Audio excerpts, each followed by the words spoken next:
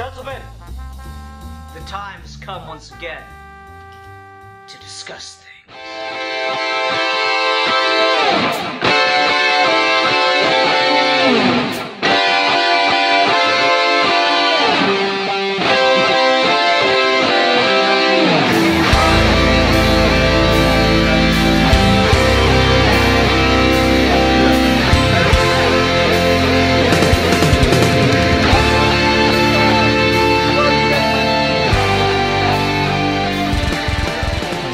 Okay, cool. Hi everyone, welcome to another episode of Geeky Gentlemen. I am Sid Part 2. Joining me today is Milan Jeftik 1992, Zazubar, and special guest, the real Manos! Hey everybody, it's me!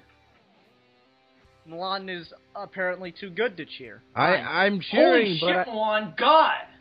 I'm cheering in my heart of hearts. That is acceptable. Yeah. Everybody, so this week, I thank Bill for tweeting this today, because I wasn't sure what I was going to title this video, but he got the wording just right. This week we're going to be discussing homosexuality as portrayed in pop culture. Booyah. I'd been saying in fiction, and that just sounds weird for some reason. Anyway, but before we get into that, I have a cool story that I've been wanting to tell Manos, and I figured it'd be fun to just tell him while recording in the middle of an episode, or at the beginning of an episode. Awesome, let's do it. This is going to involve a hooker in a trunk, I know it. No, there are no hookers. Or trunks. I'm sure Haley appreciates that, because she is part of the subject of this story. Actually, Bill, if you want hookers, I have one right here. Say hello, Candy. Why won't you talk, woman? Alright, Ian, just go ahead. This is just going to continue. Okay, anyway. So, for those that don't know, I'm dating a woman named Haley. She's sitting right here, actually, trying to not laugh at Milan's insanity and work on her little photo things. She and I met in a 3D modeling course I was taking on campus last semester. And the other night, I'm hanging out at her house, and I'm bored, and I'm going through her Twitter feed. And I see that she is following Manos. Oh. I was like, oh, that's interesting. You following him because you saw me, like, talking to him or something? And she says, no, a professor of mine was showing us some of his comics in class. What? Whoa. Right? That was my reaction. I hope he wasn't showing them as an example of what not to do. He was like, look at this crappy-ass shit I found on the internet.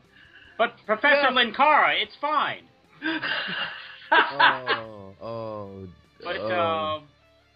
No, that's fantastic. I didn't even know. Right? I thought you'd be pretty happy about that. What did he say? Was it like positive reinforcement of like, look at this, good old red, blooded individual printing stories about people with well, like, I've been thinking about it, and I'm trying to remember. Manos, didn't you say at one point or another that you took pictures of your city and sent them to your artists because it was supposed to take place in your hometown? I do that from time to time when I need a specific scene to take place in a specific place.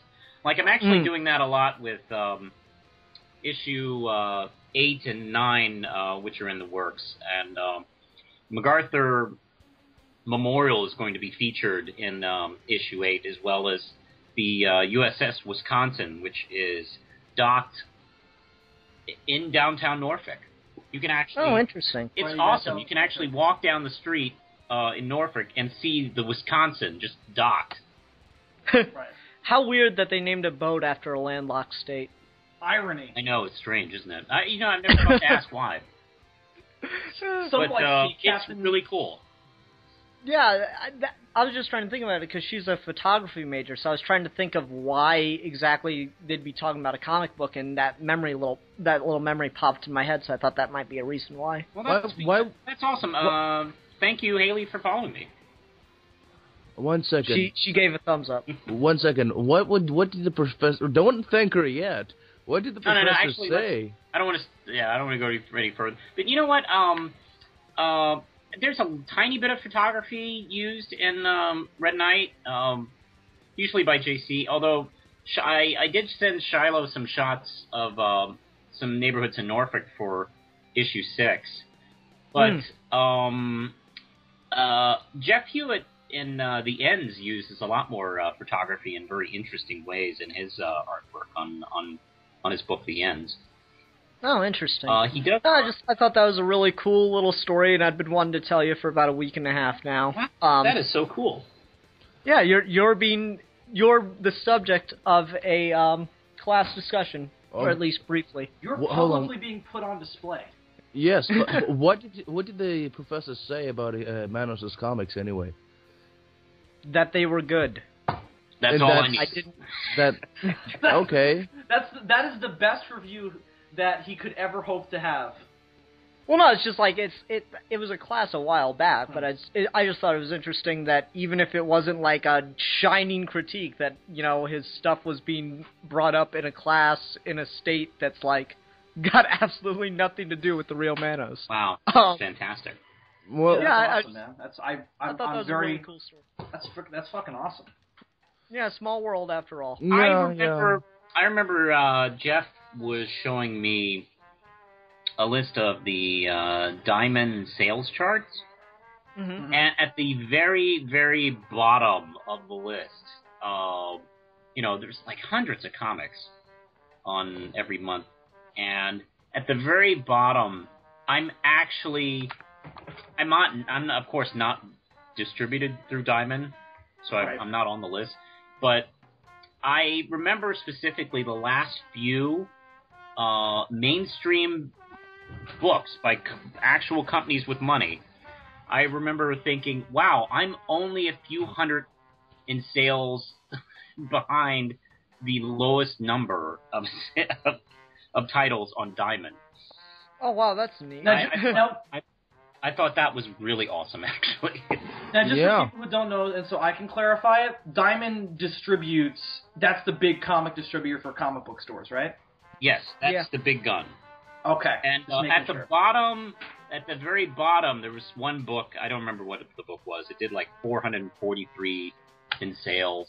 It's like, hey, I'm not that far behind that book. It was Ghost Rider.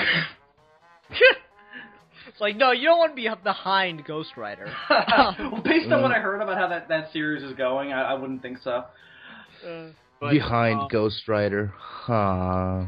And actually, I think you guys would find The Ends really interesting. I know. I've been hearing a lot of really interesting things about it. I've been actually reading Legend of Willpower and just loving the ever-loving shit out of it. I did a review of the first issue a while back. But once I actually have like money, I will buy The Ends because they just the whole post-apocalyptic Warren Ellis type of book, it seems like it is.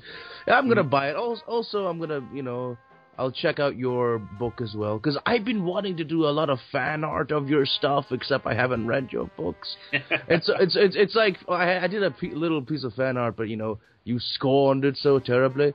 And I'm like, oh yeah, you burnt it in front. I love that pick. I gotta say, Milan, you were in the top 5 I know. I'm joking around. I'm just I know you like it, but the thing is, I really want to do some fan art, but I actually have to know what's going on in the story it's like, you can download the free comic book day special off the website. I'll just buy one. Oh, well, I'm just gonna get the digital copies all in one giant cluster. Yeah. Still off the front page of the website, you can download the Primal Paper Comics free comic book day special for free. It's a PDF, and it costs nothing, and it features all 5 of the books. And my book and The Ends have original stories. Ooh. And really? That's cool. The other 3 are previews of their books. Right. So, if you want to get a free look. What's that? This is a good thing. It's a good thing. It's very good. I'm very proud of it, actually. I thought our free comic book day special looked better than companies with money. It was more worthwhile than anything Marvel and DC put on the shelves. Yeah. Maybe DC, but not Marvel. Marvel has just been kicking ass left and right. To be fair, I've had a very love-hate relationship with my comic book store lately, so I'm not terribly versed in what's been going on at both companies, so I apologize if that statement was unfounded. I have been falling in love with Image, frankly. I've been hearing amazing things about their stuff, so I have been intrigued to check some of it out. I'm actually kind of on the verge of completely replacing DC. With Image stuff? Yes, I'm filling that void. Because I've actually I've stopped reading DC, but that void is still kind of there. And I think I'm filling it with Image. Well, actually, this is a good spot to branch off from our just, fun little random catch-up on cool stuff beginning of the video, and actually get to the topic if you guys don't mind too much. I mind a lot, Ian. I mind a lot. Okay, well, too bad. That's what I hear I got an extra person here. I can boot one of you without any hesitation. That means you. He's crazy. I know. Trust me, I know. You wouldn't dare do it with me. And then Milan just hangs up. He did.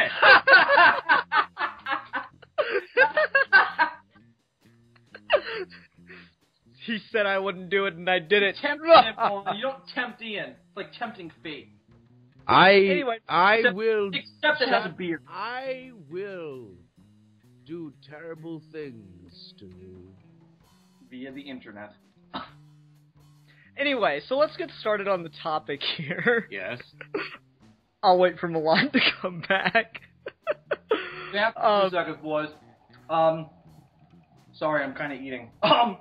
Well, then be quiet. Anyway. Sorry. So, part of what got me thinking about this topic, besides Milan making the joke of let's talk about butt sex for a video. Which he made shockingly consistently. Yeah. Besides that joke, what got me thinking about this topic is kind of the recent news that's come out of DC with the whole controversy over Batwoman's marriage. And I just wanted to, I don't want to focus too much on the comics thing, because that's a relatively small area of where this topic lies. I wanted to expand it to movies, books, and television as well. Way to throw out the only vaguely gay person on the show, Ian. Thank you. Well, what kind of episode of Geeky Gentlemen would it be if we had someone that actually knew what they were talking about on the show? Yeah, we make our mark on being unprofessional and ignorant about everything we talk about. That is true. That's how we gained our fan base, which explains a lot.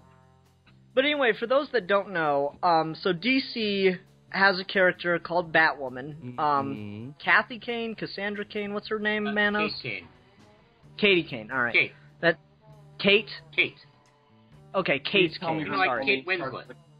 Okay. So, Kate Kane is a character that is also Batwoman, that's her superhero identity, and she's actually a lesbian character, which is fairly forward-leaning, especially for DC as it exists right now. But the thing is, DC gave the writers approval to have her be engaged to another woman in the comic series, but when the writers wanted to have a wedding between these two characters, DC wouldn't allow it to happen, and that's created a whole lot of controversy. And so that's where I wanted to start with this, because that's where my thoughts started on it, and then I wanted to kind of go out from there. So, personally, you want to go? Basically, my thoughts on this whole thing. There's been this giant hubbub with this whole, DC is not allowing Batwoman to get married. And a part of me, I don't really buy into the hype of the fact that, DC is a bunch of sexist homophobic assholes. I really do think multiple comic book companies have done this before. I think it's not the fact that these are two same-sex individuals getting married. It's the very actual marriage that seems to be the problem, because apparently, like we all know, comics and marriages don't mix for some unknown, inconceivable reason. Shut up, Spider-Man. Exactly. I was not going to make that joke because that was far too obvious and overused, but thanks, Bill. That's how I make my career, bro. You are now the new Milan. Congratulations. I didn't know that was your shtick, but I'll take it. Yeah. Just make jokes. Anyway. Yeah, but just do things. Okay. Continue You with your two, guys. The honeymoon's over. All right. So anyway, Manos. Yes. Honeymoon is How never about- over. You actually made a video with a similar argument to what Milan was just talking about. Yes, I did. And it is a symptom of a larger problem that actually doesn't really have anything to do with homophobia in such a weird way. But since they have such a vehement stance against marriage for their characters in general, that puts them in an odd place of they're not just anti-marriage, they have to be anti-gay marriage. Which is a weird spot for them to be, an awkward spot for them to be in. Because we're going through... What's that? I think in that case, considering what you just said, they're equally as stupid for all denominations. They are. Well, I think the interesting thing here. Sorry to interrupt. I just wanted to get this out there. Mm-hmm. I think the interesting thing that might kind of contradict this, at least in kind of a public eye view, is that this comes fairly recently after they hired Orson Scott Card to do a Superman issue. Yeah, that's not great timing.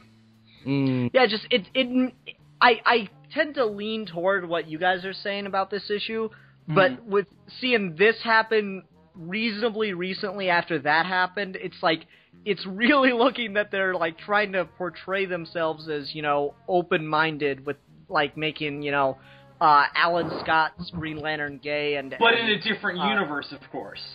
Yeah, and stuff like that. It seems like they're trying to lean forward, but then they killed him the next issue. They killed his boyfriend the very next issue.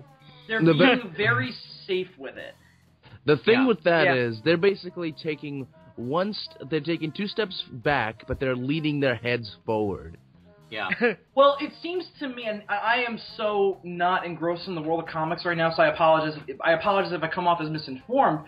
But to me, it comes off more like the reason they did Alan Scott seemed to me to be a lot more for the PR of it than to do anything with the story. Because if DC creates or turns one of their iconic quote-unquote characters into a homosexual in any book, the news is going to pick it up as Green Lantern is gay. And that is how it was published. That's how it was perceived by everyone I know who doesn't read comics. Everyone came in the next day and was like, Green Lantern's gay! And a lot of people didn't understand all the different things about it. And that, to me, was like, DC didn't do it because making Alan Scott gay is interesting. It's because it's like, oh, DC is open-minded, even though they're really not, because as Manos just said, they killed him off the next issue. And in terms of the Batwoman thing... Before we move on to Batwoman, I just gotta say something about Alan Scott. Personally, if they actually made him gay in the main continuity pre-New 52, and just kind of kept him in the regular universe, because Alan Scott, I'm not gonna go with the obvious joke of his flamboyant colors signifying him as being gay.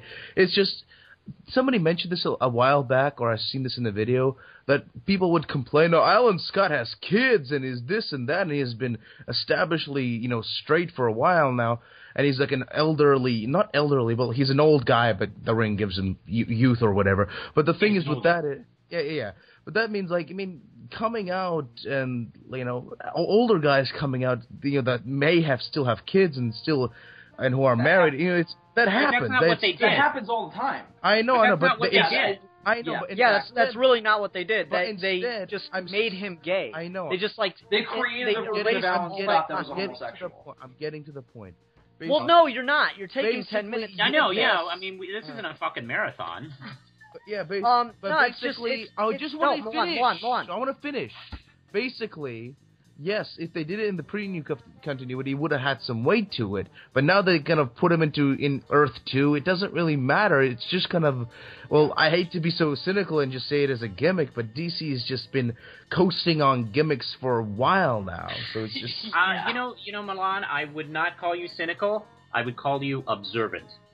Thank you. The thing that killed me about Alan Scott more than anything else is that the only good Alan Scott story I've read, not to say that there aren't more out there, but one big thing for him about why he was so powerful, quote unquote, was that he loved his wife so much that it gave him extra magical abilities that added on to the ring. So I thought it was really funny that it's that character that they just erase his wife from existence and give him a boyfriend and all that. Well, I thought it was just a really strange choice of all the characters you could pick. They just picked the one that they could attach a big name to, but it really wasn't their big name. Well, that's the thing. Just to throw this out there to bounce off that point, that's why I think it was a really almost incorrectly safe decision, because who the fuck knows who Alan Scott is who doesn't know DC? I mean, I didn't know who Alan Scott was until about 6 years ago. And, you know, and again, as I just said earlier, you put Green Lantern is gay in the headlines, you're going to turn some heads. If you put Alan Scott is gay in the headlines, they're going to be like, who? So that's why they did it, because it doesn't matter, because A, it's in a different universe, and B, it's Alan Scott, so who gives a fuck? But you can still... One 80-year-old war veteran who used to read comics back in the golden age is like, what? Alan Scott's a queer now. God damn. I really hope there's some old guy out there who had that reaction, because I want to meet him. But yeah, it's a very safe decision, and that's why I say they didn't do it for any other reason than it's really good PR in a time where gay marriage and same-sex relationships is such a hot button issue. Oh, for some really good PR. This actually takes me to somewhere I wanted to get. I didn't think we'd get here that quick, but how much, like, there's been an explosion of gay characters just in name a medium, right? Yeah. And one of the things that I pointed out when I was announcing the topic last week is someone actually ran the numbers on it. And if you take all the characters in television as representative of 100% of the population of the country, and you look at the percentage of those characters that are gay, percentage-wise, they actually outnumber percentage of people that are actually gay in the USA. So I think I'm really curious about one thing. How much do you think it's a gimmick for TV shows, movies, what have you, to make characters gay just to get extra attention to their thing? The thing is, as opposed to an actual character choice. And personally, I think it's a double-edged sword. Partly, I think, like, oh yes, they're, more exposure, less, puritanical, pandering to religious groups. It's all good, and that's all good. But it's a similar problem that African American depiction in media. It's always like the black character. It's the gay character. It's not just like a character who happens to be gay or who happens to be black. It's always like, we got a token queer on the show. Or the token... I don't know, that argument always bugs me. Why? This is a perfectly normal person who just happens to be gay or just happens to be black. No. I mean, it doesn't just happen.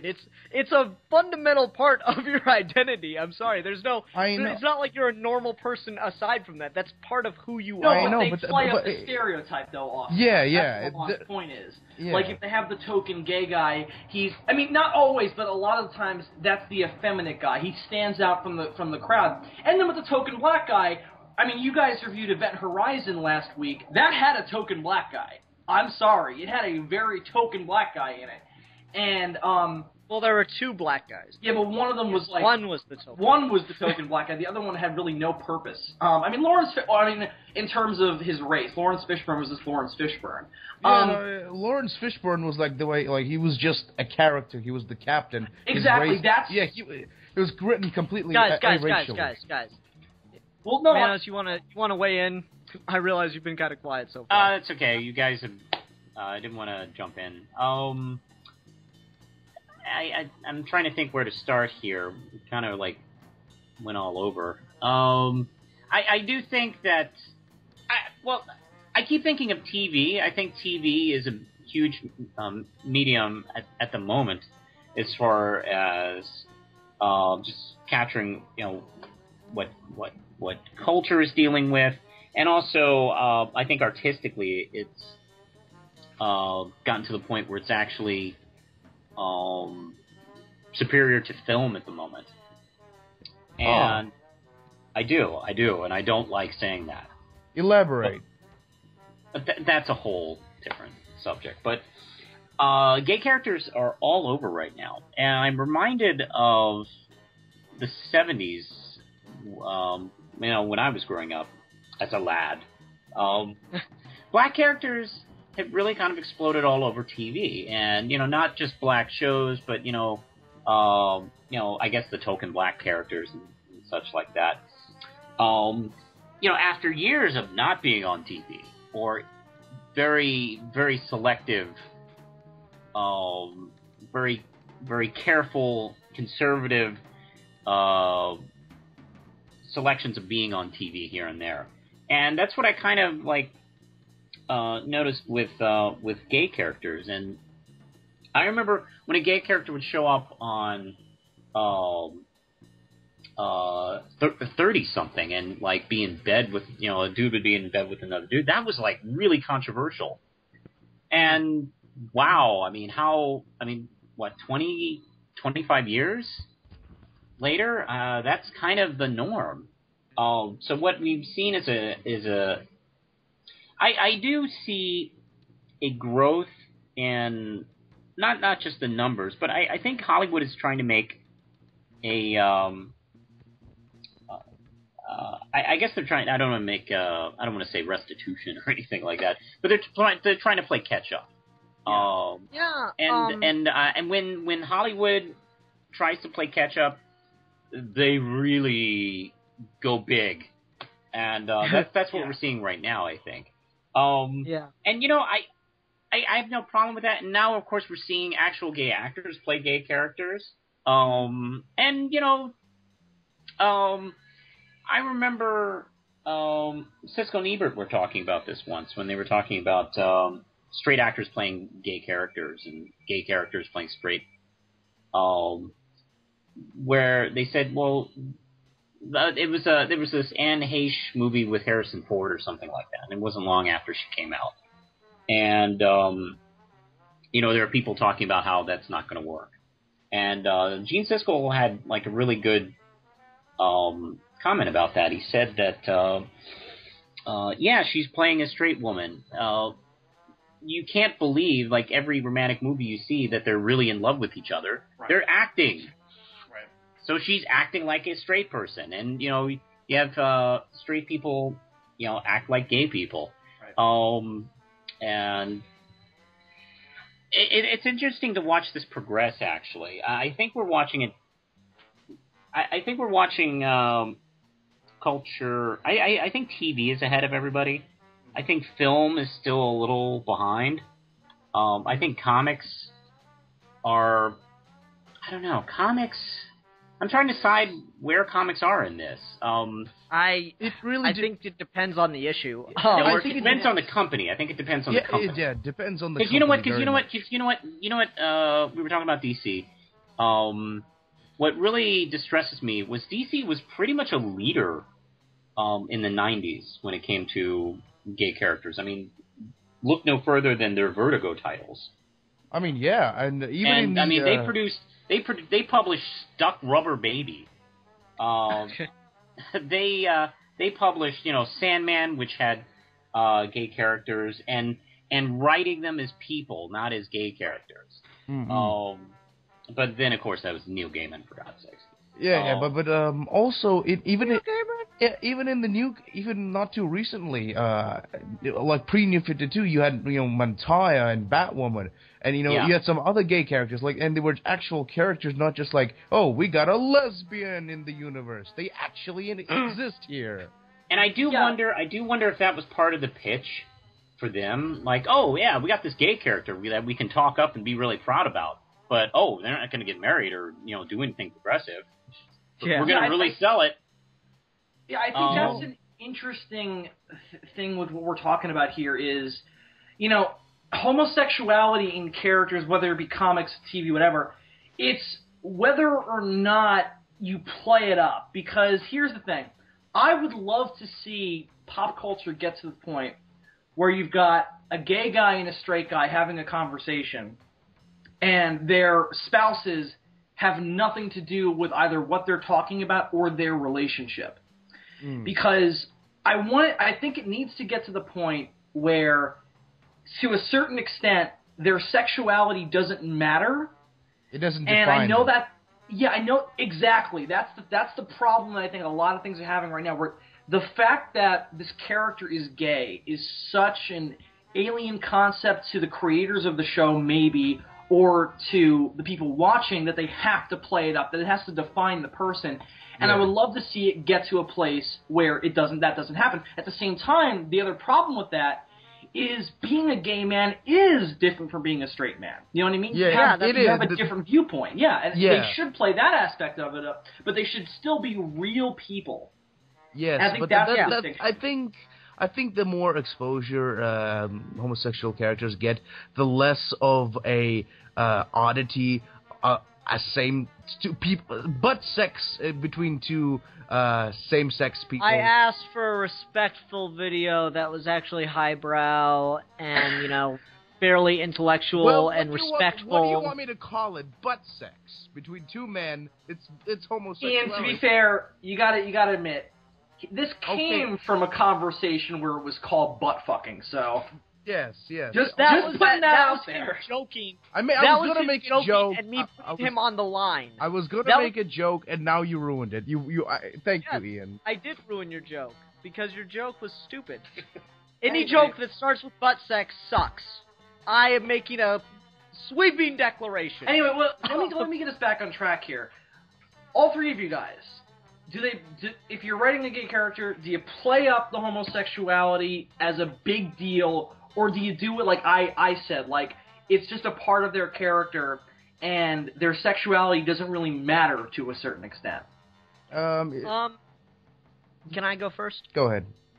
All right. For me personally, as a fan of more metaphor over character, I'd probably play up the fact that they're gay and make that an integral part of the character that's focused on heavily in the story, because I'd probably be trying to make a more general point in the story itself, as opposed to just it's a character in the story in another story that I'm telling, kind of thing. With me, I wouldn't really accentuate the fact that they were gay. There would still be a character who would actually be gay, but it wouldn't be accentuated. But the thing is, things like homophobia, it does exist, but I wouldn't really go for a whole after-school special type. But if my character was confronted with homophobia, they would deal with it, but that would be not the defining characteristic of my character. Sure, he would be gay, but that wouldn't be like, oh, he's gay, or that's all he is. He's just a person who vomits rainbows from his eyes. Well, I mean, even though that is all awesome. of us, I think all of us are gonna say that we're gonna tote some kind of middle ground. It's not just gonna be like, this is the most stereotypical gay character has. Do you always have to play it up? I mean, that's the thing. Like what you just said. I'm just saying I would focus on it more than I would if he was just a character in a. If I'm telling a story that's like an action movie and my main hero is supposed to be a gay man, I probably wouldn't focus on the fact that he's a gay man. I'd probably focus on the fact that he's trying to stop the end of the world. But if I'm telling, a movie that, like, if I'm writing Milk, of course I'm going to focus. I mean, well, Ian, let me just ask you this by that same vein. Do you think it's more in a situation where you're trying to make a point about homosexuality? Is it more important to develop the relationship that the man has with his spouse, or just focus on the fact that he's a gay man and the relationship is just a consequence of that? Does that make any sense? I would focus on the relationship and show that it was a normal relationship. Exactly. Completely. I agree completely. Yeah. How about you, Manos? I also agree. You should really... It kind of depends on the story. If the story does require your hero's venture into their relationship and how it's dealt with in terms of what your hero is going through, depending on whatever story that you have. I don't know. It's just well, first off, in film, it seems like a romantic lead is always attached, no matter what the story is. Like, right. Oh wow, we have to always get our hero laid too. no matter what the problem is. So if our hero is gay, do they meet someone? Do they know someone during this adventure? And how is it put together? I have a couple of gay characters in Red Knight, actually, and one of them is a super spy, and I omitted a line in issue 3 because I thought it was gratuitous, because it was a character kind of, in a way, being homophobic, but the way it read to me in the script, it was like, well, I don't know if this comes across like I'm commenting on homophobia or I'm sounding like a homophobe. So it's like, this doesn't really, it wasn't playing as well as I'd like, so I just omitted the line. And then I had this character, like a few issues later, get a phone call from his husband because, actually no, he says to call his husband because he's going to be late on this huge superhero battle fest that's going to happen. And so yeah, if they're people, then write them like people. And if they say, hey, I'm going to go out with that dude tomorrow, well, don't be afraid of it, but don't. You have to. I don't know. It can't be their entire identity. Right. Yeah. That's the problem that you have with stuff like blaxploitation. Was it only mattered that they were black? Well, look at anything where black characters are being written by white people and female characters that are supposed to be good examples written by men and progressive types. Yeah. Where they obviously you can tell the mistakes, that the writer is coming from their own point of view and not putting themselves in the shoes of the people they're trying to write, even when they're trying to do it in a positive way, which can be frustrating for not only just the viewer or the person of that group that they're trying to represent, or just even the creator themselves, maybe thinking that they're putting forth a really good statement, and it's coming almost in another stereotypical vein. It's trying, it's almost, they're trying to write something that they don't understand, and even if they're trying to write it in a positive, like you said, it can come off like kind of ignorant. Like, why did you even bother if you were going to do it poorly? Can I say? Yeah. Can I interject here? Yeah. I want to talk about, because this has just reminded me of it. He's not exactly a gay character, but he's portrayed more homosexual than anything else. He's really a pansexual, but he's my favorite homosexual character ever, Jack Harkness. Yes, that's mine too. Fucking Captain Jack. I love the way that they portray this character, because he is essentially the quintessential womanizer that's like in everyone's head. He walks up to a woman and he has a smooth line, and like the camera cuts and the next scene is them tossing around in the sheets. And Jack Harkness is that, but they only really cut to toss around the sheets when it's a guy, and I always find that hilarious in a really smart way. Captain Jack is one of those characters where that is the definition of homosexuality in fiction and in pop culture done well. Where it's really just it's partly exploitative, but I don't know. I don't think it is it exploitation. I haven't seen. How is it exploitation? He's a badass. But Milan, the fact that he's homosexual is not the only thing that informs his character. He is such an interesting character beyond that the homosexuality, that's just his, or pansexuality is a better way to put it, is just there. I mean, and it does inform his viewpoint on life, but the interesting things of his character are not, he's a gay guy. Oh, let's follow this guy. No, but what's really entertaining about his character is they've taken this classic dynamic of, that Sean Connery era James Bond womanizer. Right, the that pussy can hound. just, the pussy hound. Yeah, say 2 words and get any woman in bed. And he can do that with women too, but for some reason beyond my comprehension, and it can't possibly be due to the fact that Russell T Davies is gay himself. No, not at all. They only show when it happens with men, Well, and isn't he supposed to be immortal or something like that? He is immortal. Yeah, he is. He is immortal. I've actually sometimes wondered, like, if people could be immortal, would they be pansexual? He is because wouldn't pansexual even after 100 or so years, you just get really bored? Yeah, you gotta try something new, yeah. Like, God, I've been banging chicks for 300 years. You're just like, hey, that ficus is looking really sexy right now. Yeah. Well, that's the funny thing about Jack Harkness. He has some, like, the greatest lines ever, like, Jack, have you ever eaten alien meat? Yeah. How was it? He seemed to enjoy it. That's just... Whoa, what? Yeah, I mean, Jack Harkness isn't... I mean, he's a character in a sci-fi universe, so he's got, like, that William Shatner, Captain Kirk thing, where he'll, like, be able to sleep with any alien he wants, but he'll sleep with any alien of any gender he wants. They mentioned that in Aliens as well, because I rewatched it thinking I was going to be part of the video last week. But there's this line where they're talking about they went to this planet, and they're talking about getting pussy, and one of them is just like, I think yours is a male, and the guy's just like, doesn't matter when it's this kind of alien. And I love that line. I'm curious. But when Jack Harkness, what you said something about him doing something to somebody else. What? Yeah, like, someone asked him if he's ever eaten alien meat, thinking, like, in the context, meat means steak. Oh. And he's like, yeah. And they're like, how was it? And he's like, well, he seemed to enjoy it. And it's just one of those really funny lines.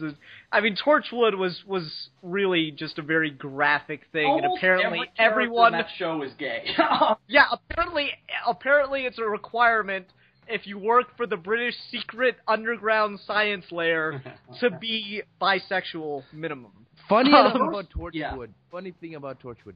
It came on here in Australia, and they cut out all the sex parts, but they still kept that in the advertising. They're like, oh, there's a lot of fucking in this show. And when the show came on, I'm like, where's all the fucking? It's like, where's all the fucking? They completely cut.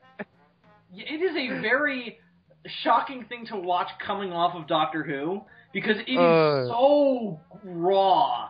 And the first two, well, the second plot more of it is all about sex. All of it. Mm-hmm. And there are at least, I think there's at least 3 scenes where homosexuality is present in the first 2 episodes and their plot points. Yeah. I love Gwen's line, not how I imagined my first encounter with an extraterrestrial, as she's making out with another woman. Right. Who's possessed by an alien. Yeah, just one of those... Russell T Davies was pretty clever with sexing up sci-fi. Yeah, definitely. That and hot, half-naked cyborg woman fought a pterodactyl. I never got to that point. It's worth it just for that alone, I'm telling you. Isn't that one it was amazing. Yeah. Isn't that one of the great things about science fiction itself, and horror, is, I guess because they're genre, and, you have to deal with, like, monsters or aliens or some kind of super strange plot, and you use a lot of metaphor. I find it interesting that, I think you could look at the culture in such a more honest way, through science fiction and fantasy than you can if you're doing straight up dramas. I think genres are a lot more lenient, and since genre isn't really held up to the same quote unquote critical peak as most, like, quote unquote normal films are, they're allowed to get away with more shit. And funny enough, whenever, like, some white bread completely when some quote unquote normal author or when something vaguely countercultural gets in the midst of the mainstream, it's held up as this pinnacle of, like, awesomeness, and, like, all the guys who are into the genre are like, this is the most like watered down crap ever. I mean, I can point to like 16 other different books or movies that do this far more better. Sure, the budget isn't all that well, but the story and the concept is explored much better. Yeah. Yeah. You got a couple examples you could rattle off? No. Well, let me just say this to bounce off of Manos' point. It is really interesting how critical a science fiction film can be of a social problem, and how easily they get away with it, especially considering the audience that saw it. My favorite example of this is Planet of the Apes. That movie is critical of so many different facets of that current society, and our current society to a certain extent, especially religion. Yet it was marketed and grossed a lot of its money off of family entertainment. That was family entertainment. And when you go back and rewatch it with the context of the history, it is shocking how critical it is of the McCarthy trials, of religion, of science, and all this different stuff, and humanity in general. Yet it was a kids' movie. It's just, it's shocking. And again, you could only get away with it because they're apes, and it's not actually Christianity that they're criticizing. That's how they get away with it, and they think that's enough because no one can get offended by monkeys worshiping the lawgiver. But if it were people worshiping Jesus and they were doing the same kinds of criticisms, they wouldn't get away with it. That movie would never be seen. So it's a really interesting thing. Funny enough, brilliance of science fiction and horror. Yes, I totally agree. Funny enough, genetically speaking, we are kind of monkeys worshiping the lawgiver. So, ha! Well, exactly. That's the thing. That's why Planet of the Apes is so brilliant, because it's us, just with monkey makeup on. It's us! You maniacs! Exactly. Did it. Yeah, that thing. You blew it up! No, not yet. Not yet. We will eventually. You're going to blow it up! You know what You may or may not blow it up at some point in the future, but... I was watching Planet of the Apes recently, and this bizarre notion got really stuck in my head watching that scene. And I just couldn't stop thinking about how much Taylor has just achieved wearing a skirt. I mean, he's fought off apes. He's discovered, this horrific truth about his society wearing a skirt. Okay. How uncomfortable that must have been, I can't even fathom. It just got stuck in my... It was weird. I wanted to bring it up because we reviewed that movie not too long ago, so just wanted to throw that out there. Wasn't Charlton Heston in Ben-Hur as well? He was in Ben-Hur. So he's probably used to having to do that. That was before Apes, though, right? Ben-Hur yeah. Well, Ben-Hur, it's not a skirt. It's a battle... Kill. Right, no, I know. I'm kidding. It's not a skirt and apes either. I know, I was being silly. It's a so was I. Anyway, I gotta say something before I forget this one point. In the new Teen Titans book, they introduced this new character called Bunker, which is basically, essentially this kind of, vibrant purple, vaguely Spanish gay kid.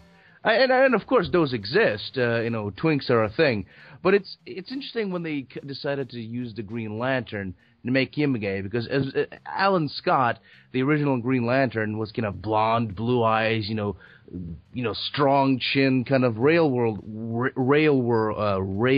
worker, kind of this kind of pinnacle of masculinity, and just I think it was rather subversive to make him gay. If they kept it in the Pre-52, I think that would have been better. But I like it when big strong guys are, hey, that's a gay guy. Oh, that's cool. It's instead of being with Colossus. Oh yeah, but he's gay. Isn't he gay in another universe or whatever? No, Colossus is gay in mainline X-Men continuity. Last I heard. No. Yeah, and last I heard. No. He was gay in Ultimate. Oh, okay. Yeah. I could have sworn. Yeah. It was in, really? Oh, cool.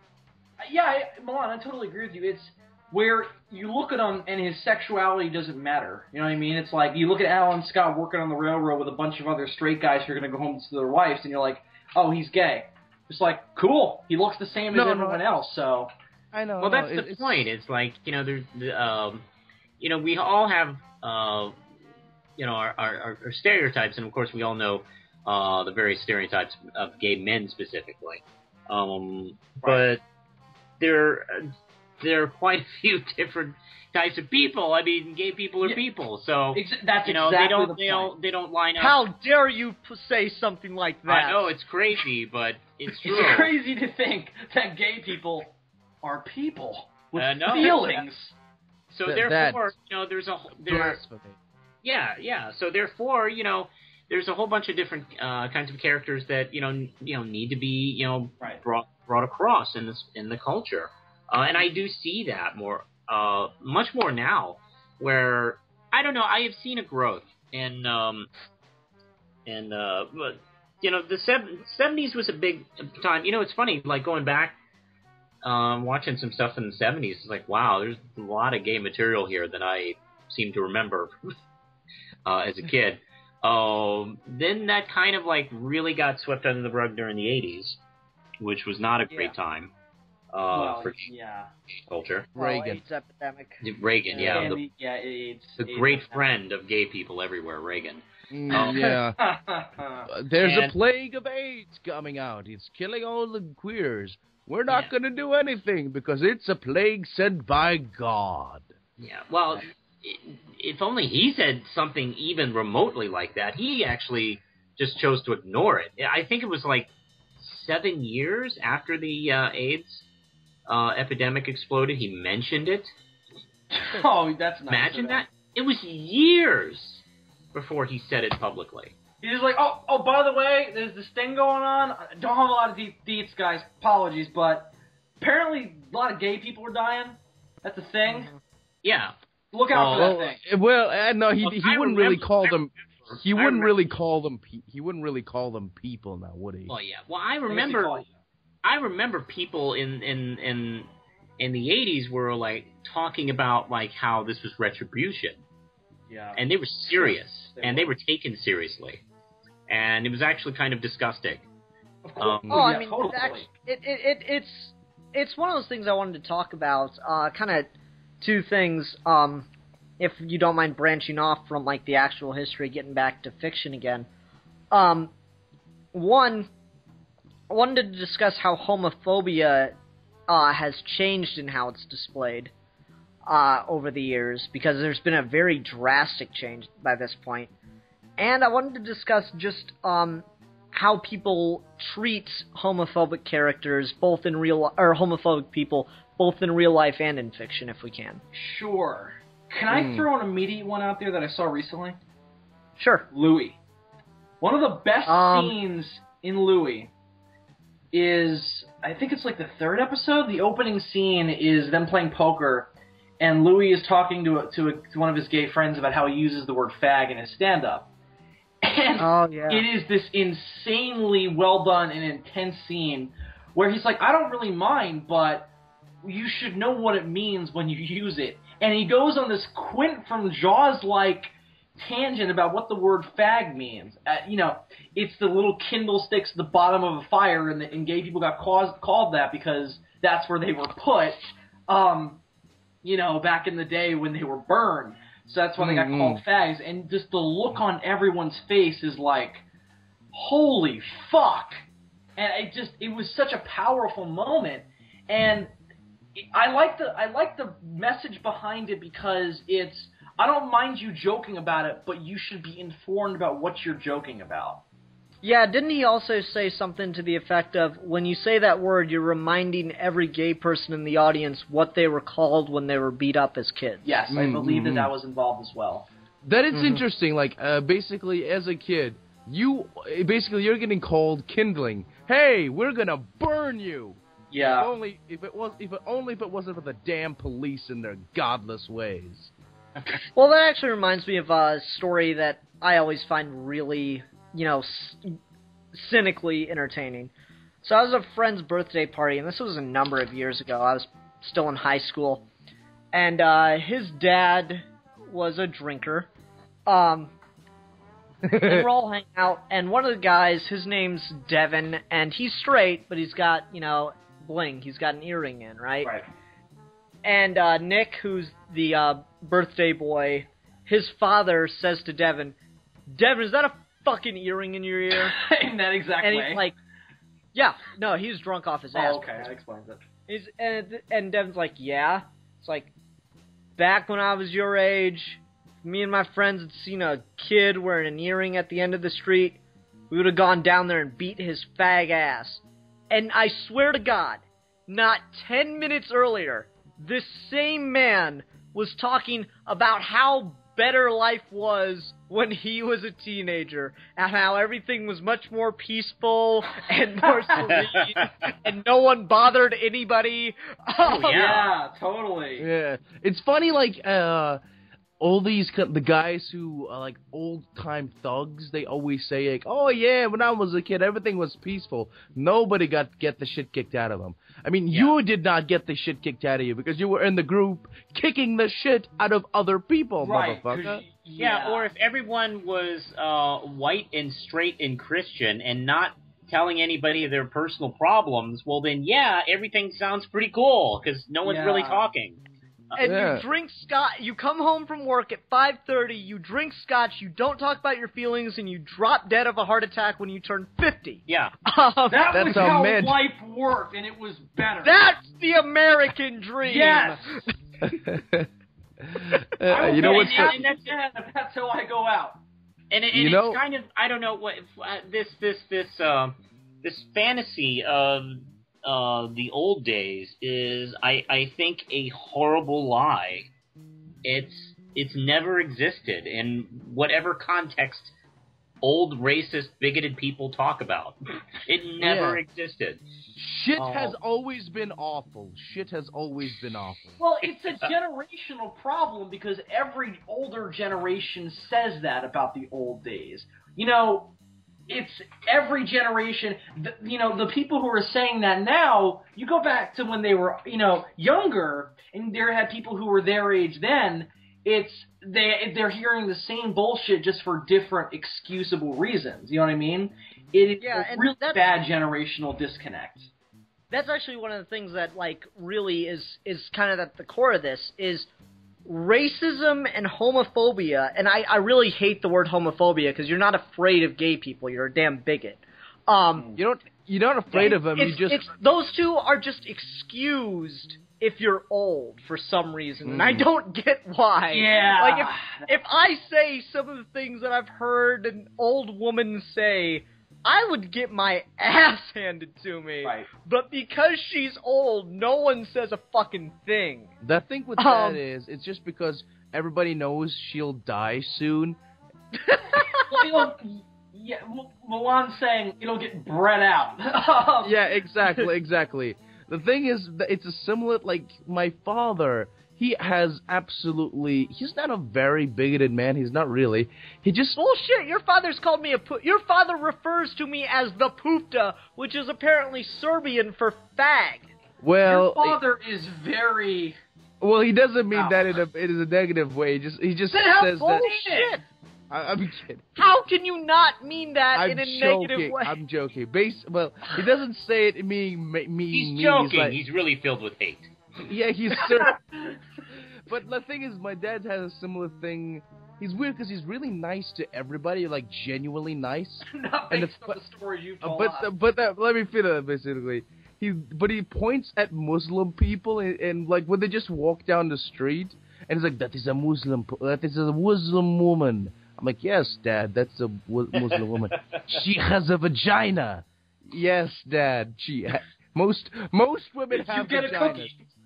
Yeah, most women get vaginas. And he's really, like, he has a couple of Muslim friends. Well, he's really nice to everybody. But he, like, when I'm at home, it's like, do not trust the Muslims.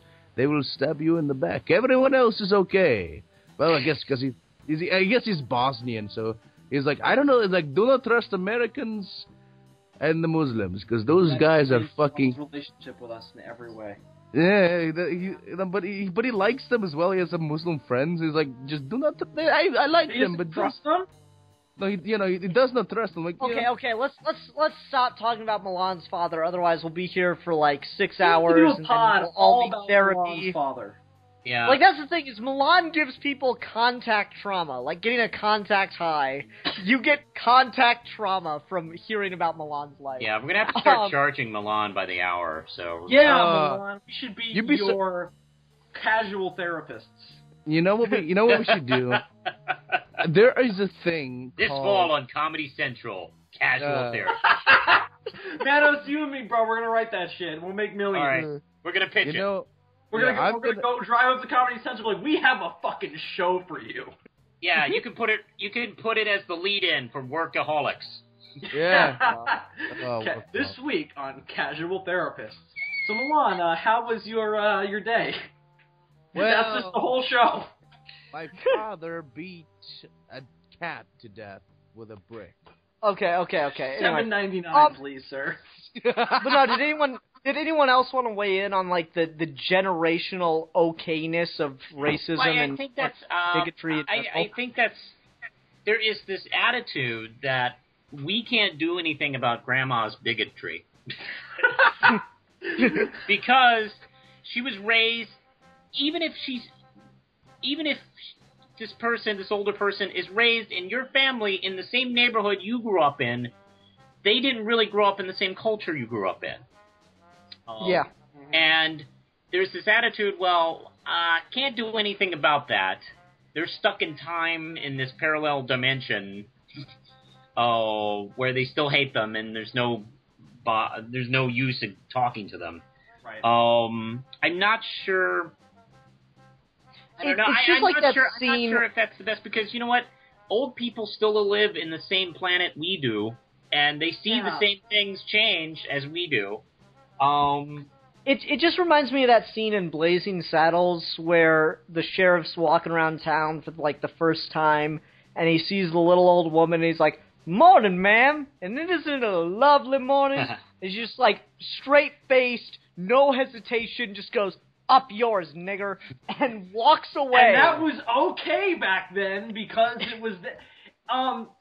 I mean, here's my thought on it. I feel the same way about it. It's like, you fucking live in our society. Just because you're 73 doesn't mean that you don't have to adjust to the modern norms. I'm not saying you have to have an iPhone and you have to go around saying, LOL, OMG, right?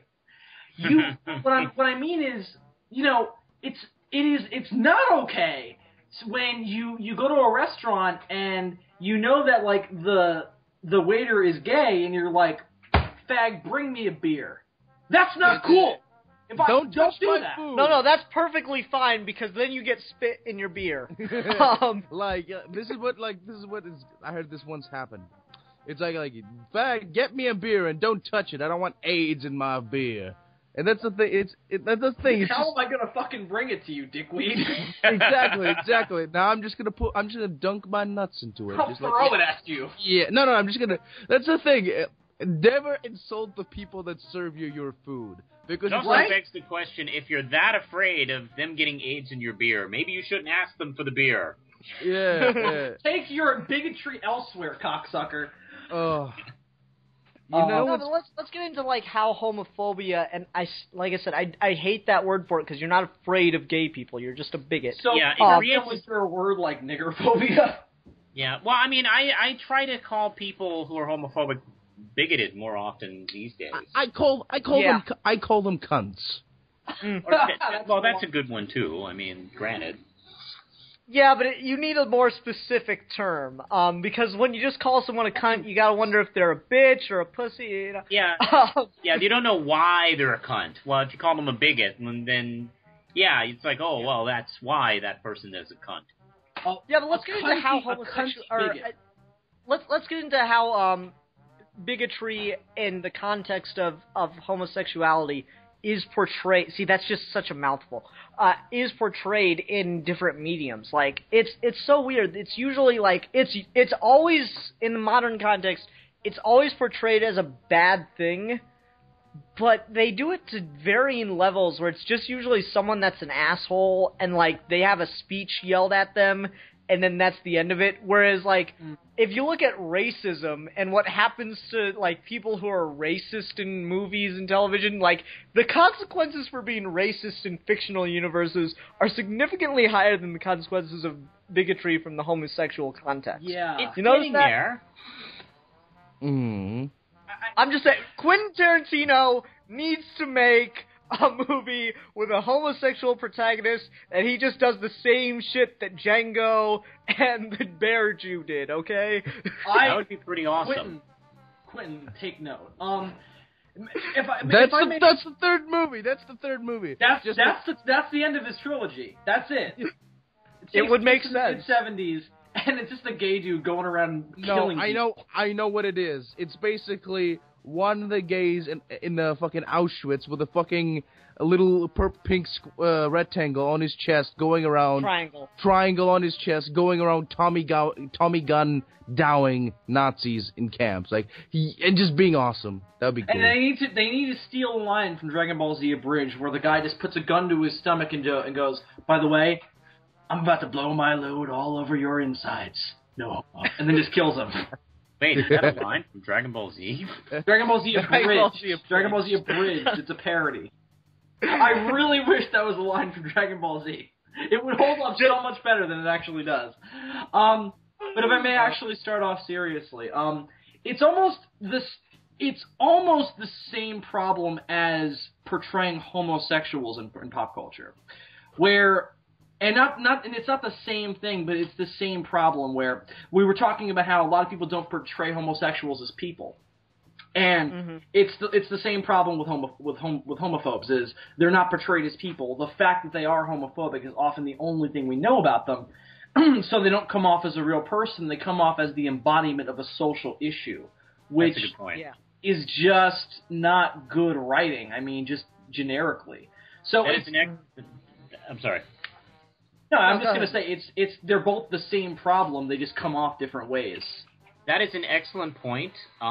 Because, well, first off, at an artistic standpoint, it is kind of boring to just have a character just be that one note, whether it's someone good or someone evil, or in this case, someone who's bigoted, where that's all they're all about. It's like, they come into the scene, it's like, oh, great, they're going to talk shit about gay people.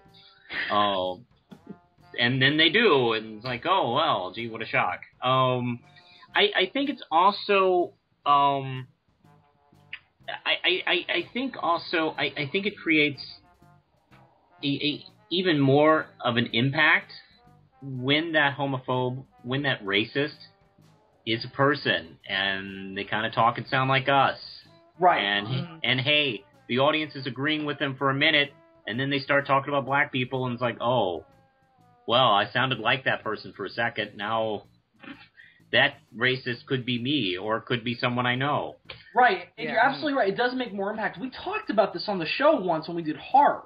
We talked about how the scariest form of horror is when it comes off as it could actually happen as realistic. And it's the same thing here. Yeah.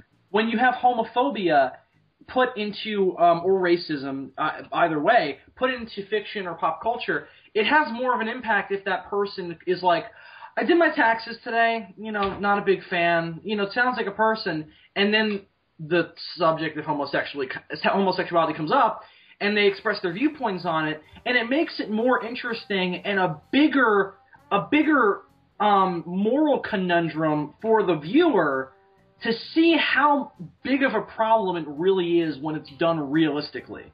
This is how it's gonna go. Like, oh yeah, I did my taxes today. The wife is a bitch. My kid, he's a good kid. He plays baseball, and I eat apple pie, and I think fags are the works of the devil. But anyway, would you like some coffee? I'm like, what did you just say? Coffee? No, the other thing. Hold on, let me just say here, we were talking about how that's bad writing. That's not, you're getting there, but that's still not great writing. Well, actually, one of the things that I think did homophobia, and it was actually homophobia in this context, really, really well, the movie not as much, but they were trying to, was American Psycho.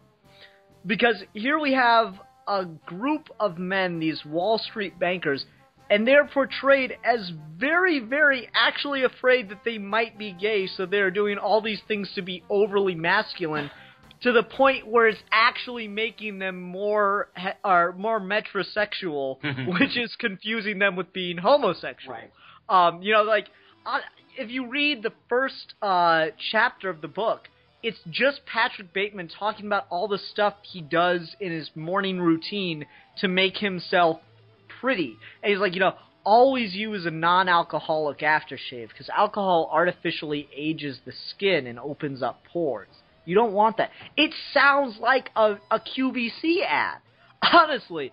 And that's the thing, is you got this entire book is just centered around that idea of these horrible people who are horrible, like just the most extreme version of a homophobe you could imagine, because they are so afraid of being gay that they act so heterosexual and want to be so perfectly ideal male that they actually worship the idea of a man as the ultimate sexual goal. Yeah, I mean, that's they worship the cock, but not in a gay way.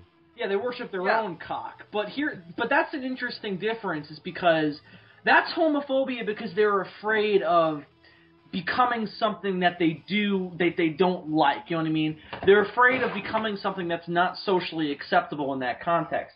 In that instance, it's not okay to be gay with that when you're running with that crowd. And it's different than just saying, I don't like to be around gay people, I'm homophobic. It's like, if it's this just paranoid fear of I might like cock, that's a different problem altogether. It's still not a good thing. It's still not a good thing, but it's a different thing than the popular context of homophobia. Yeah. I don't know, it's one of those things that I always found really interesting, is Patrick Bateman's just afraid of being gay the entire movie, but book and movie, but it gets to the point where he's having sex with prostitutes, but looking at himself in the mirror. That's not only narcissistic. Studying his form. That's not only narcissistic, but there's something odd that he's only being aroused because he's looking at a male body in the mirror. Well, I mean, that's an interesting debate that we won't get into because it's not really part of the topic, but I've always laughed when people have considered, if you go back in time and fuck yourself, is that gay? Or is it just masturbation? I just can't imagine the context in which you're going to go to all the trouble to travel back in time Kevin Smith to go have sex with yourself. It just seems like a really elaborate thing to do. Yeah. Well, actually, when you think about it, the payoff is you'll end up doing it twice.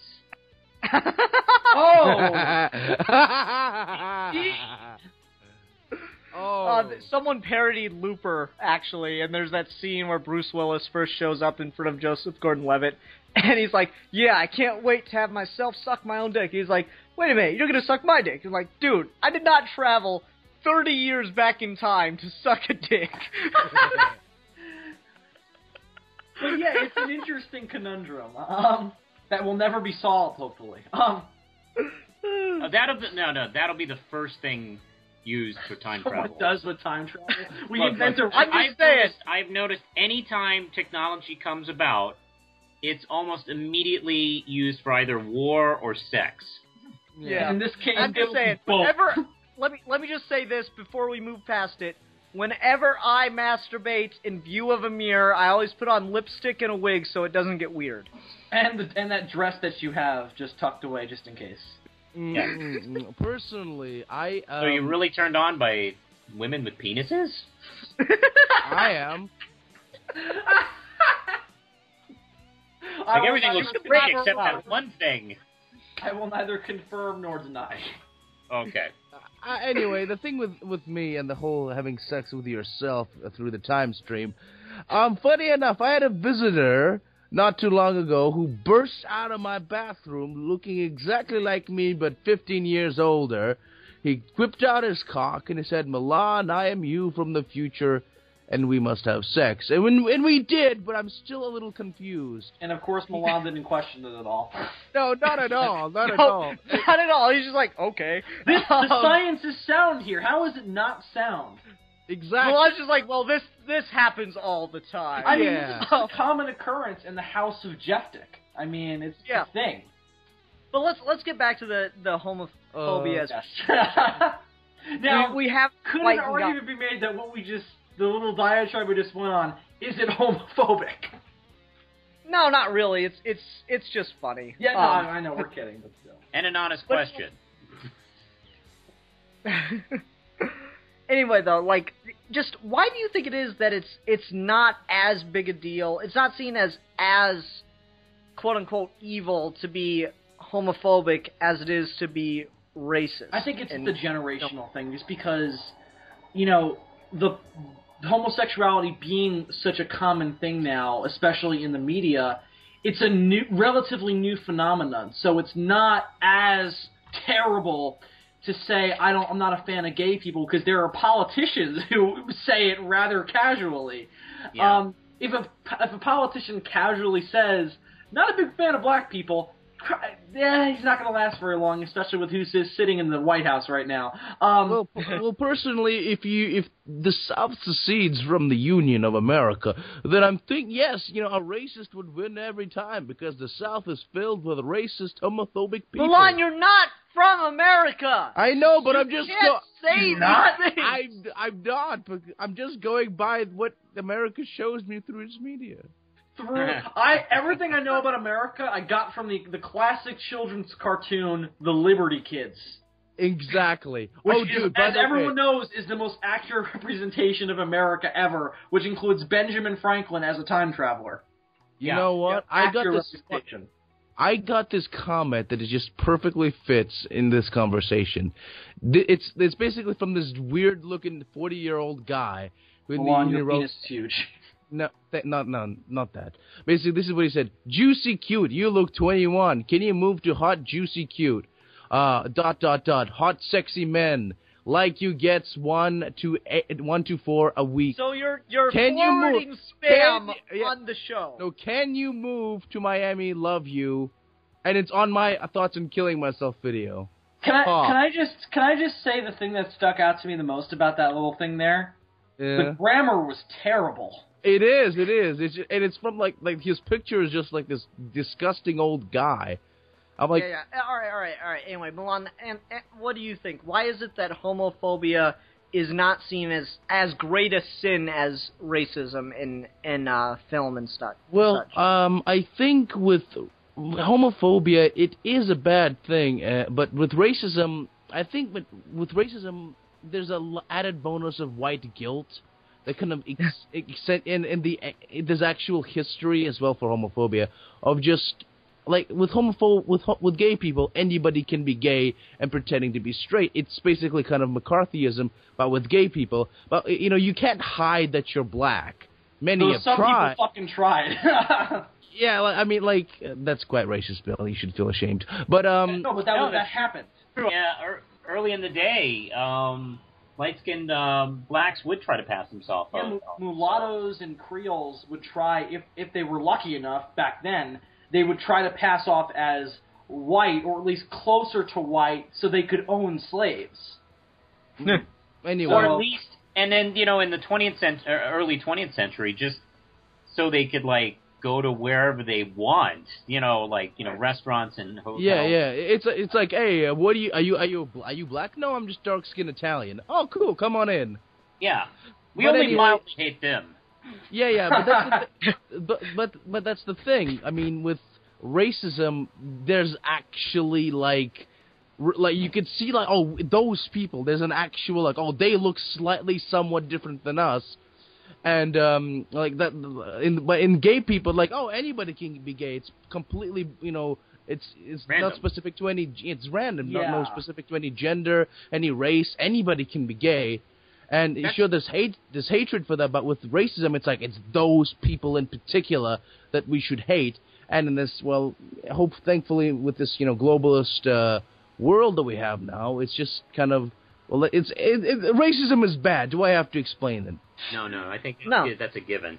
Yeah. But by the way, I always thought X-Men was the best metaphor for the gay experience. It basically because they're people. Yeah. because they're people who look like anybody. There's not any gender or race. They discover who they are in their preteens. Right. And there are tons of people who think they do it by choice, or they're demons or something. How dare like that. you be a mutant? Yeah. It's like, what do you want me to do about it? I mean, like, can you try not being a mutant? Well, that's why I love that line. was so interesting, because they had the chance to, and it was a big definition of your character, whether or not you decided to do it. Yep. And it's like, and they tried to do that with homosexuality too, with gay camps and shit. Actually, that brings up the one movie I had to mention. I can't believe I almost got through the whole episode without it. If you ever get the chance, it comes often on Netflix randomly. Watch But I'm a Cheerleader. Oh, I've seen that. That's hilarious. It is one of the best depictions of how the gay, quote-unquote, gay camp, or scared straight camp, whatever you want to call it, works. Please tell me the butt is spelled with 2 T's. No. Oh. But I'm a Cheerleader is about this girl who, she doesn't even realize she's a lesbian. Like, everyone in her, social circle, her parents, her friends, picks up on it before she does, which is something that happens quite a lot. Picks up on it before she does, and so they confront her about it, and her reply is, "But I'm a cheerleader," and then they send her to a get straight camp, basically, and it is just the most hysterically backwards, ignorant ass thinking you could possibly have. You know what's hilarious? You know who plays one of the coaches that's a former gay person? Ooh. RuPaul. Help me out. Oh, the famous drag queen pop star guy. I haven't heard of him. Oh. Sorry, Manos. Actually, I know this film makes fun of these gay camps, but I mean, it's just, if you see some of these documentaries looking into these fucking things, and it's just they're horrible, and that's the whole there's point. Another movie. There's another movie that I don't remember the name of that kind of focuses kind of on the people running the camps. They kind of try to humanize them a little bit, and it's admirable, but it's just like, you try to humanize the people who are monsters, but they don't know they're monsters. It's like, it's what works about this movie is it's just so damn comical how stupid it is. It's so fucked up that it's funny. Yeah. Yeah, I mean, it's like the levels of ignorance are so crushing that the people have no hope of realizing how stupid their approach is. If I may say hold on, I have to get this out. To pass the camp, to be able to go back to your family with the passing grade of this person is straight now, you have to have simulated sex acts, which requires you to wear a nude body glove and simulate having sex with one of the opposite sex camp members. So a lesbian chick would have to have sex with emulated sex with a gay dude? Yes. Oh. That is the level of thought they put into and this. Wait. This is a like movie. Legal. No, this is what they actually do, though. But it's legal. They make it like a little comical, but yeah. Let's see. Recently, you may have heard this. Governor Christie in New Jersey made it illegal to have these camps for minors. Yeah. It's still like by choice you can go to this as an adult, but you can't send a kid to these anymore. That's fucking disgusting. I mean, if you're an adult and you really think it's a problem, I mean, it's your choice. But to be a parent, it's like, I think my kid is a fag, I gotta send him away. That's fucking disgusting. It's disgusting, especially when you think about how confused a teenager is anyway about sex. Right, and to be criticized about it by their parents. And told. I know what I love about But I'm a Cheerleader, though, is the main character doesn't realize she's a lesbian until everyone in her social circle tells her she's a lesbian, which she still doesn't buy until she gets sent to the camp and actually ends up falling in love with one of the other campers. Yeah, they end up like helping her. realize Yeah, who discover she is. her sexuality, which was just brilliant. It was a really clever movie, Yeah. and it's a really sweet love story, to be completely honest. Sounds it. It's one of those few like young love stories that's like, oh, okay, I like this. Oh, the thing. It's even got the cheesy like last minute, no, you have to come with me kind of speech at the end of it. So it's great. The thing is with these, just even now, like I can't say that I'm somewhat interested in cock to my family because, I mean, they're horrible people, but in a nice way. No. But it's like to do that to your kid, to like what these people do, these fucking parents, to say like, if you like this or that, you are less. I don't love you as much anymore. It's a problem that you have to fix. Let me exactly. It's a problem that you gotta fix, and just it's terrifying because maybe they don't fully realize that. Would you really kind of do that to your kid? Would you love them less for being like that? I mean, that thing came out of you. You raised it, and now like just because they didn't come out the way you want them to come out. Are you gonna fucking disown them? Are you that fucking heartless? Are you that? I mean, it's one of those weird things where like it seems that these kind of crazy reactions of I don't love you or get the fuck out of my house or you got to go to this camp or you won't be allowed to live with me or all that shit. It seems like it's more of a reaction on them thinking they've failed as a parent. Well, it's also very selfish because the other thing that's bobbling around their head is, how are my friends going to react to this? How is your grandmother going to react to this? And, obviously it's like, it's not their fucking problem or their business. It doesn't affect them at all. It's just this social concept of they have to be accepted, and it's fucking disgusting. And here's the other problem with it. It's treated the same way as a drug problem, which is disgusting in and of itself because, if your kid is addicted to heroin, that is a problem because they're hurting themselves and by extension hurting the people around them. If your kid is hooked on heroin, they're fucking up the family unit because they're stealing money, and not always, but it can lead to stealing money, bad social behavior, problems that are legitimate problems. They have to kick this habit. Being gay or being a lesbian is so not even the same thing. It's stupid to even think of them in the same vein. Because if you're okay, logically, if I find out my son is gay, I'm like, okay.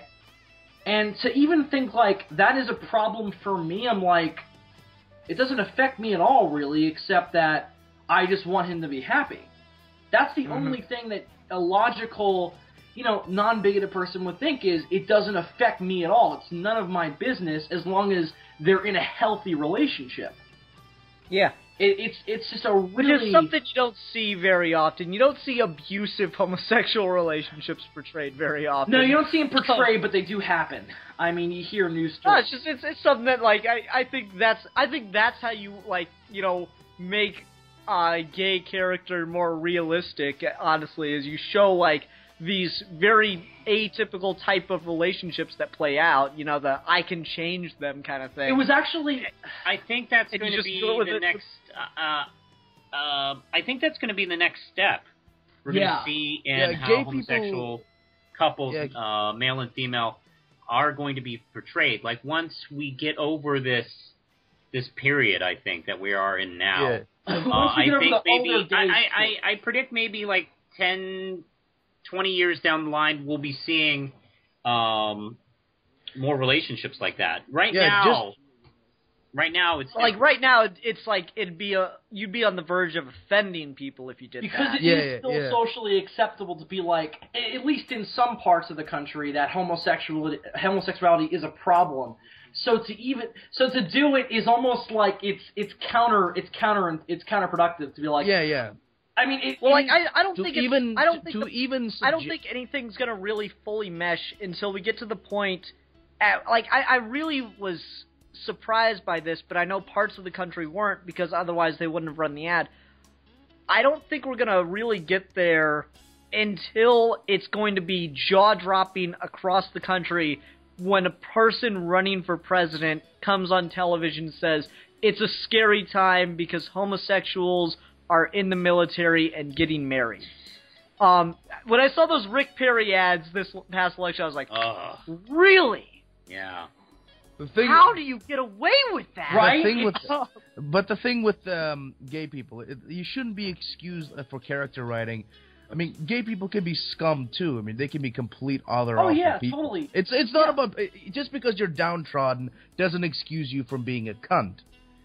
Well, we've already seen plenty of gay villains.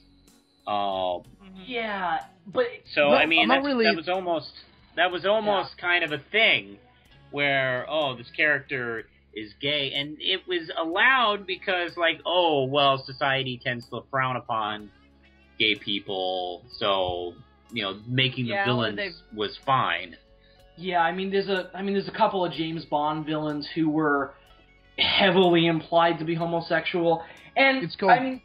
It's cool. It's not that they say they completely say out that this guy's a homosexual, but it's coded gay. I understand. It's like it works both ways. There are characters that are coded gay and they're like friends, like, hey, we're happy people and we kind of live together. But it doesn't especially in Disney movies. It goes both ways. Like, there are bad villains who are coded gay, and there are good characters like Timon and Pumbaa who are quote unquote coded gay. And it's like they don't say it outright. I mean, like Timon and gay Disney princess is the day that it becomes socially acceptable fully. I would actually really like to see that, but not like. Actually, yeah, a Disney princess going out and saving another princess or being saved by another princess. That's a long way off. But that would be the cap on it, is to see a lesbian princess or a gay prince. You know what I mean? That would be the victory, so to speak. That would be like, Yeah. Yeah, like let's say there's a super spy film, and the super spy is helped out by like a male character named, I don't know, Cock Johnson. Oh wow. It's not that far off from Pussy Galore, but Yeah, exactly. Manos, my point. Yeah. Manos, I thank you for coming on. Both of us actually have to go right now, so we're gonna wrap up. I feel like on Cock Johnson. Yeah, on Cock Johnson. On Cock Johnson. That's the name of the episode. Geeky Gentleman, Cock Johnson. How about no? Anyway, this has been a good discussion. I feel like there are a handful of other things that I'd thought about, but we got all over the place on this. I'm really happy with this episode. I think this is a great episode. Manos, thank you for coming on so much. Thank you for having me. Yeah, no problem, man. Anytime. All right, so then there's only one other thing. What we're talking about next week, it's my topic for a review this time. And I flip-flopped a couple times on what I wanted to do, and I'm still kind of in between two options just because of something I saw the other day. I'm going to do it right now. Cool Hand Luke. What? What? Wow. Cool Hand Luke. We're going to review Cool Hand Luke. This is not something I have heard of. Good. Then you'll be in for a great surprise. I really hope so. One more thing about Cock Johnson. Once we have we're done with Cock Johnson. No, let me finish. Once we have a gay character, and I want gay people just want to be dumb action movies too. I mean, the guy is trying to defuse a bomb, and he has his Cock Johnson, played by Bruce Willis. Exactly. Oh wow, that would be. Yeah. Basically, he's trying to defuse a bomb, and he's got to save. He's like his boyfriend, who's like this Mexican. Like, oh my God, man, we gotta go. He's like, shut up, I'm trying to defuse this bomb. And then they jump out of the. That's the abusive relationship. Shut up, come back in the kitchen. Then they jump out of the plane, and then Cock Johnson is holding his boyfriend, and the airplane explodes in the air, and then Cock Johnson's holding his boyfriend, and then they kiss in midair as they land down softly on the ground, and then unicorns burst from the sky, and they shoot the KKK members, and things happen. That's okay. That's on that note, the gay version of Goldfinger. Okay, on that note, we're gonna end before this gets even stranger. So everybody, thank you for listening, and until next time, I'm the Philosopher. I'm the Fanatic. And I am the Madman. And we are your geeky gentlemen, and we will be discussing things. Woohoo! There we go.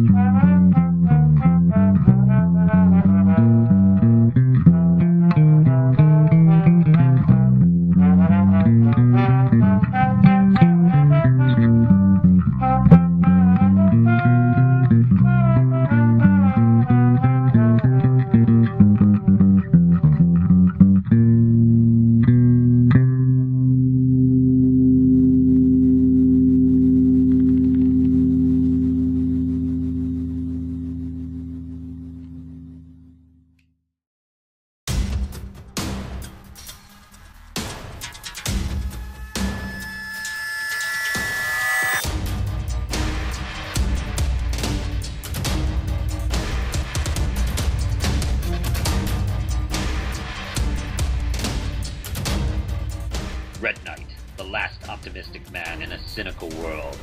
The first trade paperback of A Knight Without a Sword from Primal Paper Comics will be available soon in color if you pledge at Indiegogo.